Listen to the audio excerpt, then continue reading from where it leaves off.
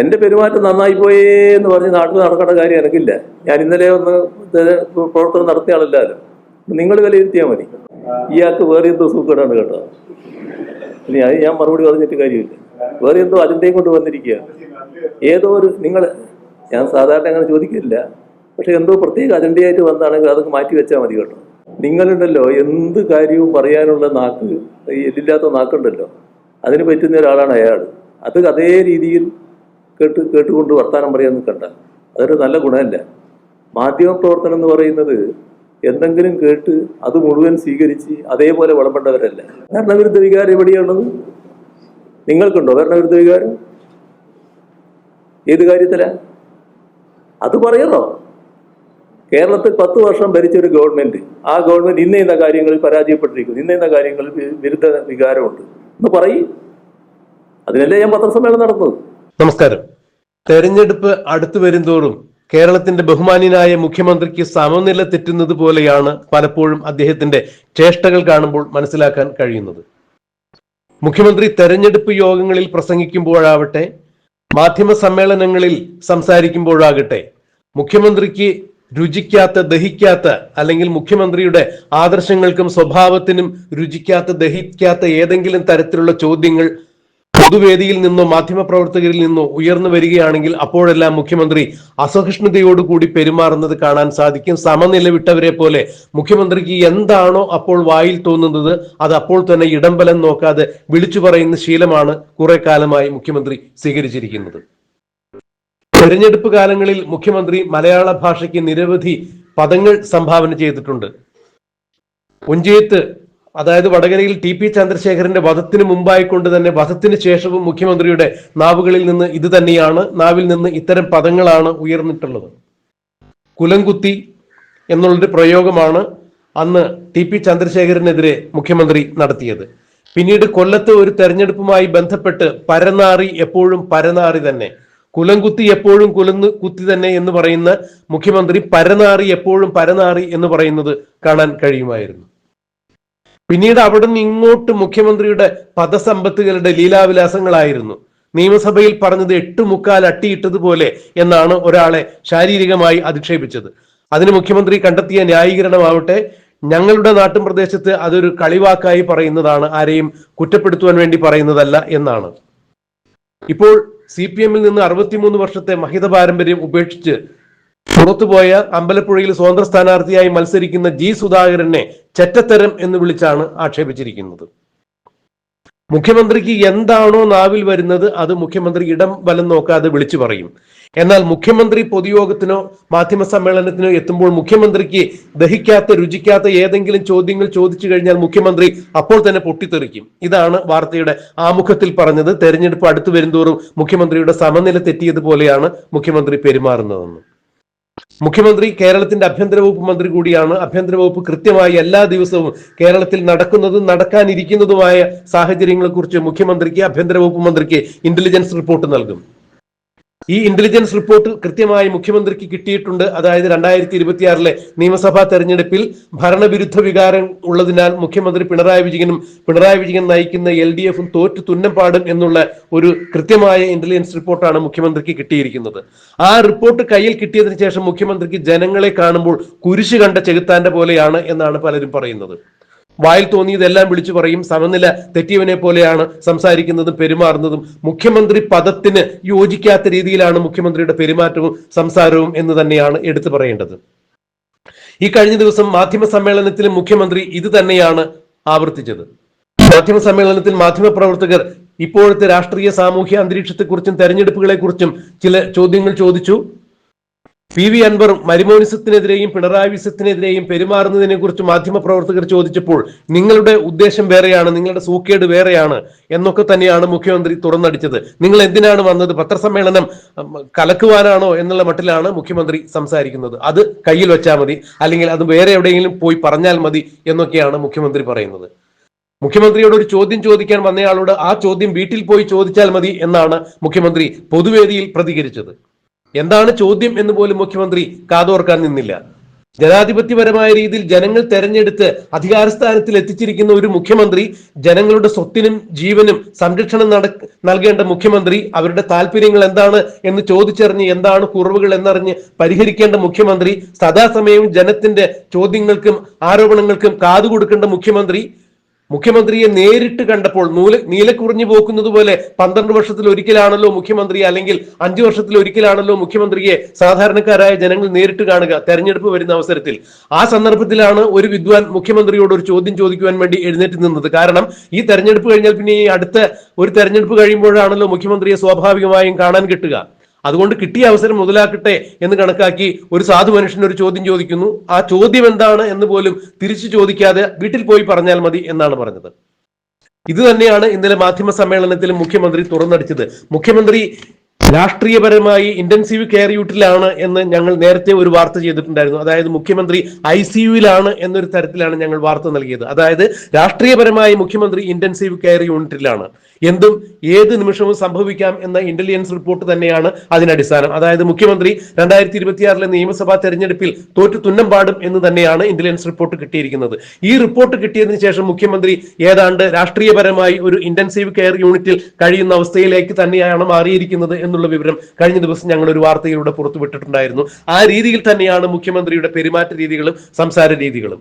ഇപ്പോൾ അതിനേക്കാൾ കുറച്ചുകൂടി വഷളായിരിക്കുന്നു. ഇന്റൻസീവ് കെയർ യൂണിറ്റിൽ നിന്ന് മുഖ്യമന്ത്രി പിണറായി വിജയനെ രാഷ്ട്രീയ വെന്റിലേറ്ററിലേക്ക് മാറ്റിയിരിക്കുന്നു എന്ന് വേണം പറയാൻ. അതായത് മുഖ്യമന്ത്രി ഇപ്പോൾ വെന്റിലേറ്ററിൽ കഴിയുന്നു എന്നാണ് ഇതിൽ നിന്ന് മനസ്സിലാക്കാൻ കഴിയുന്നത്. അത്രത്തോളം മുഖ്യമന്ത്രിയുടെ ഭാഗത്തു നിന്നും പക്വതയില്ലാത്ത രീതിയിലുള്ള പൊട്ടിത്തെറിച്ചുകൊണ്ട് മുഖ്യമന്ത്രി വിറളി പിടിച്ച ആളെ പോലെ, സമനില തെറ്റിയ ആളെ പോലെ തന്നെയാണ് പൊതുവേദിയിലും പത്രമാധ്യമങ്ങളെ കാണുന്ന വേദിയിലുമെല്ലാം പ്രതികരിക്കുന്നത്. മുഖ്യമന്ത്രി എഴുതി തയ്യാറാക്കി കൊണ്ടുവന്ന അല്ലെങ്കിൽ മനസ്സിൽ കരുതി കൊണ്ടുവന്ന ഉത്തരങ്ങൾ പ്രകടിപ്പിക്കുന്നതിന് വേണ്ടി, ആ ഉത്തരങ്ങൾ പറയുന്നതിന് വേണ്ടിയുള്ള ഉപയുക്തമായ ചോദ്യങ്ങൾ ചോദിക്കാത്ത മാധ്യമ പ്രവർത്തകരോട് മുഖ്യമന്ത്രി മുഴുവൻ വിറളി പിടിച്ചെന്നോണം ചീത്ത പറയുന്നത് പോലെയാണ്. അത് വേറെ എവിടെയെങ്കിലും പോയി ചോദിച്ചാൽ മതി എന്നാണ് മുഖ്യമന്ത്രി പറയുന്നത്. വർഗീയ ഫാസിസ്റ്റ് ശക്തികളുമായി ഞങ്ങൾക്ക് ഒരു ധാരണയുമില്ല, കോൺഗ്രസ്സുകാർക്കാണ് അതുള്ളത്. നിങ്ങൾ കോൺഗ്രസ്സുകാരെ വിശദീകരിക്കാൻ വേണ്ടി നടക്കുകയാണല്ലോ എന്ന് മാധ്യമപ്രവർത്തകരെ ഒന്നടങ്കം മുഖ്യമന്ത്രി ആക്ഷേപിക്കുകയായിരുന്നു.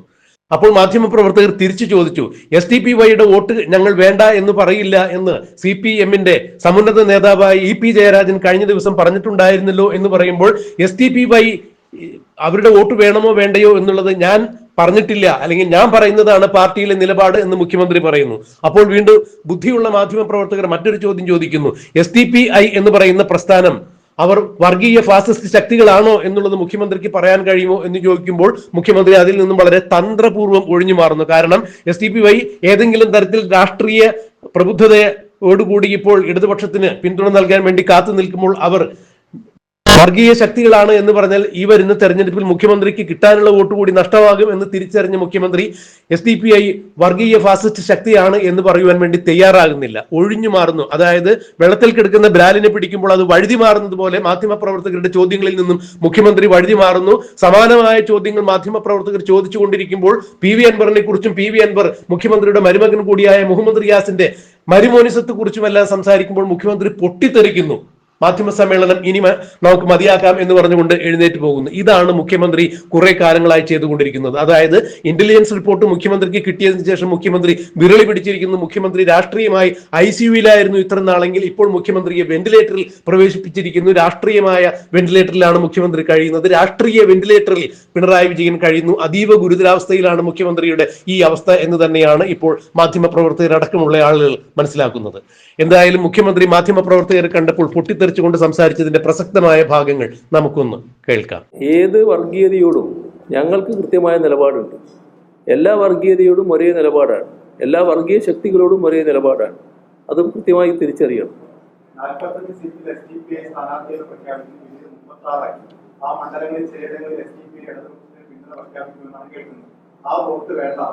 ആ കേൾക്കുന്നത് വെച്ചിട്ട് അവരോട് പോയി ചോദിക്കണം, എന്നോട് ചോദിച്ചാൽ മനസ്സിലാവില്ല.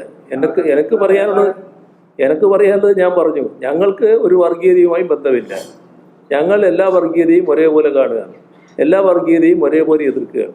പിന്നെ ഏതെങ്കിലും ശക്തികളോട് ചോദിക്കാറുണ്ടെങ്കിൽ അവരോട് പോയി ചോദിച്ചുകൂടി. നിങ്ങളെ വിഷമം എനിക്ക് മനസ്സിലാകുന്നുണ്ട്. ഇവിടെ മാത്രമല്ല, എല്ലായിടെയും അത് കാണുന്നുണ്ട്, എല്ലായിടെയും കേൾക്കുന്നുണ്ട്. അത് വല്ലാതെ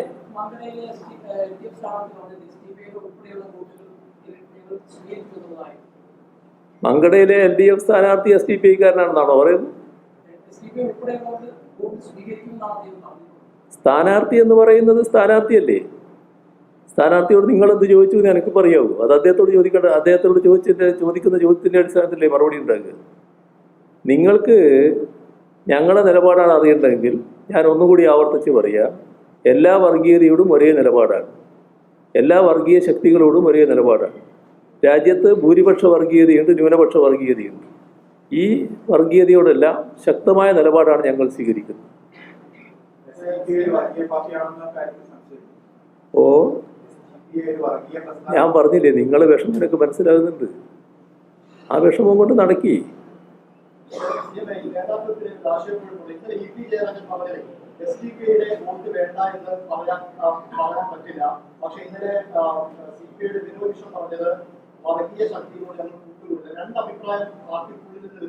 ഞാനിപ്പോ പറഞ്ഞതെന്താ?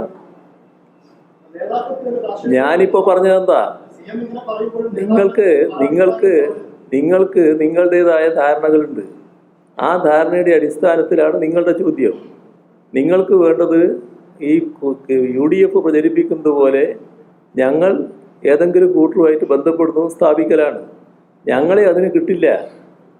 ഞങ്ങൾ ഇന്ന് സ്വീകരിക്കുന്ന നിലയല്ല, എത്രയോ കാലമായിട്ട് സ്വീകരിക്കുന്ന നിലയാണ്. എത്രയോ കാലമായി വർഗീയതയോട് ഉറച്ച നിലപാടാണ്.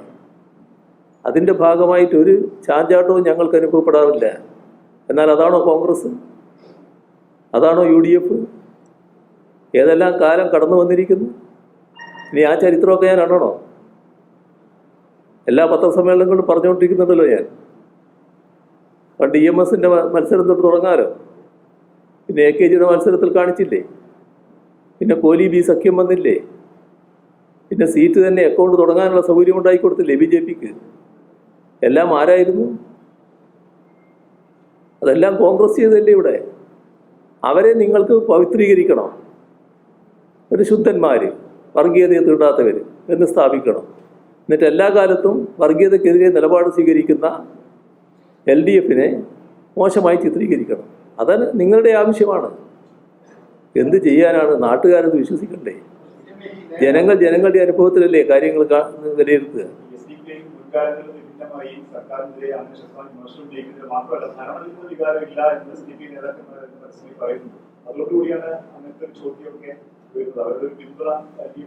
അതൊക്കെ നിങ്ങൾ അവരോട് പോയി ചോദിക്കണം. എന്നോട് ചോദിച്ചാൽ കിട്ടില്ല. ഭരണവിരുദ്ധ വികാരം എവിടെയാണുള്ളത്? നിങ്ങൾക്കുണ്ടോ ഭരണവിരുദ്ധ വികാരം?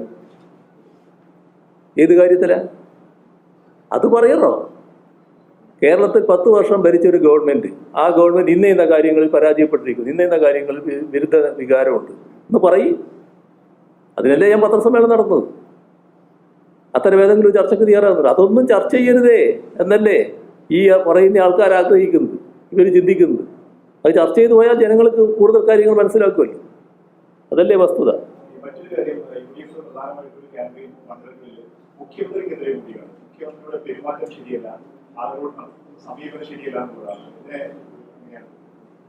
അത് നിങ്ങൾ വിലയിരുത്തിയാൽ മതി, ഞാൻ പറയേണ്ടതല്ല. എൻ്റെ പെരുമാറ്റം നന്നായി പോയേ എന്ന് പറഞ്ഞ് നാട്ടിൽ നടക്കേണ്ട കാര്യം എനിക്കില്ല. ഞാൻ ഇന്നലെ ഒന്ന് പ്രവർത്തനം നടത്തിയ ആളല്ലല്ലോ. നിങ്ങൾ വിലയിരുത്തിയാൽ മതി. ആയിക്കോട്ടെ, നിങ്ങൾ വിലയിരുത്തിക്കോ. കഴിഞ്ഞ 2021 നിലമ്പൂരിൽ ഇടതുമുന്നണിയുടെ സ്ഥാനാർത്ഥിയായി അദ്ദേഹം ഉന്നയിക്കുന്ന ഏറ്റവും പ്രധാനപ്പെട്ട ആക്ഷേപം എന്ന് പറയുന്നത് മരുമോനിസം എന്നുള്ളതാണ്. മുഖ്യമന്ത്രിയുടെ മരുമോൻ എന്ന രീതിയിൽ മുഹമ്മദ് റിയാസ് നിരാധികാരം പാർട്ടിയും സർക്കാരും കാണിക്കുന്നതാണ്. അതുകൊണ്ടാണോ അയാൾ പോകേണ്ടി വന്നത്? അത് ചോദിക്കണം, അയാളോട് കൂടി ചോദിക്കണം. നിങ്ങളുണ്ടല്ലോ എന്ത് കാര്യവും പറയാനുള്ള നാക്ക്, എല്ലില്ലാത്ത നാക്കുണ്ടല്ലോ, അതിന് പറ്റുന്ന ഒരാളാണ് അയാൾ. അത് അതേ രീതിയിൽ കേട്ടുകൊണ്ട് വർത്താനം പറയാൻ നിൽക്കണ്ട. അതൊരു നല്ല ഗുണമല്ല. മാധ്യമപ്രവർത്തനം എന്ന് പറയുന്നത് എന്തെങ്കിലും കേട്ട് അത് മുഴുവൻ സ്വീകരിച്ച് അതേപോലെ വിളമ്പേണ്ടവരല്ല. അതിന് അല്പം ബുദ്ധി ഉപയോഗിക്കണം. നമുക്ക് എല്ലാവർക്കും ഉണ്ടല്ലോ അത്. ലേശം ഉപയോഗിക്കുന്നത് നല്ലതാണ്. അങ്ങനെ എന്തെങ്കിലും കാര്യം ഉണ്ടോ എന്നുള്ളത് എന്നിട്ട് സ്വയം ബോധ്യത്തിൻ്റെ ഭാഗമായി ചോദിക്കണം. അല്ലെങ്കിൽ അൻവറിന് വന്നിരുന്ന് ചോദിച്ചാൽ പോരെ. അൻവറിൻ്റെ പ്രതിപുരുഷനായിട്ട് വന്ന് ചോദിക്കേണ്ട കാര്യമുണ്ട്.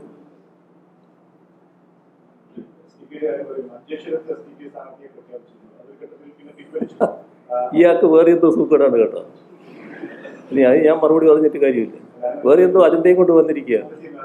ഏതോ ഒരു ഞാൻ സാധാരണ അങ്ങനെ ചോദിക്കില്ല, പക്ഷെ എന്തോ പ്രത്യേക അജണ്ടയായിട്ട് വന്നാണെങ്കിൽ അതൊക്കെ മാറ്റി വെച്ചാൽ മതി കേട്ടോ. ഈ പത്രസമ്മേളനം തന്നെ അലങ്കോലപ്പെടുത്തണം എന്നുള്ള ഉദ്ദേശം നിങ്ങൾക്കുണ്ടോ? അങ്ങനെ ഒരു രീതിയിലല്ല വേണ്ടത്.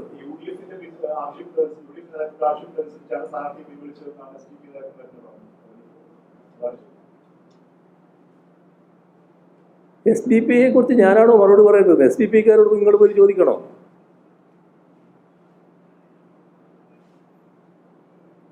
അപ്പോൾ നമുക്ക് അവസാനിപ്പിക്കാം.